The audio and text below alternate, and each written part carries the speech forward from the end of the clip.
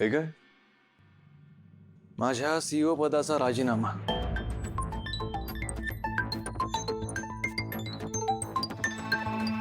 What? अखिल काय करतोस तू? तेच जे खूप आधी करायला पाहिजे होतं.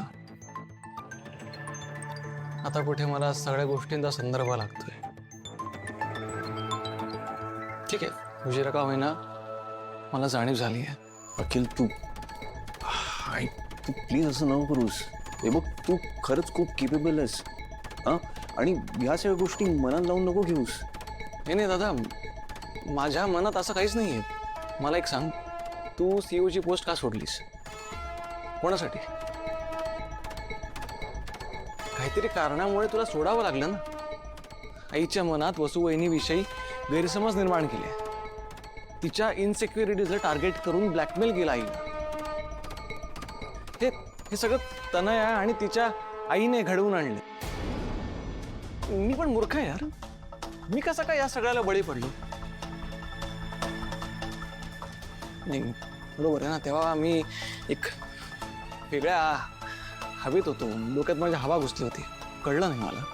आणि याच सगळ्याचा फायदा घेऊन तनया आणि विशाखा मावशीने हे सगळे कारस्थानं केली आहेत. दादा, तू खरा डिझर्विंग आहेस या पोस्टसाठी. सो प्लीज, हे जे काय माझ्याकडे आलं ना, हे चुकून आलंय, माझं नाही आहे. हे तुझंच आहे आणि तू पुन्हा सीईओ पोस्टची रिस्पॉन्सिबिलिटी घ्यावीस असं मला वाटतंय. सो प्लीज आजपासून तू घे हे, प्लीज. अखिल, बघ, जे काही झालं त्यात तुझा काही दोष नव्हता. तुला मॅनिप्युलेट केलं होतं. अखिल, आम्हाला अभिमान वाटतो की तू आमचा भाऊ आहेस.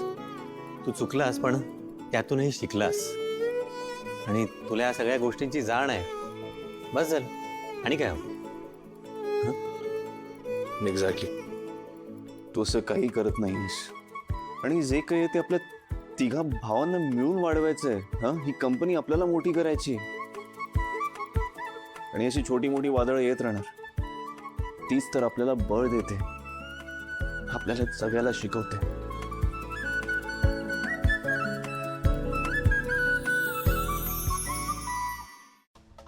अहो अहो, आई बघा ना काय म्हणताय. आई म्हणतायत की त्या घर सोडून जात आहे. काय? आई,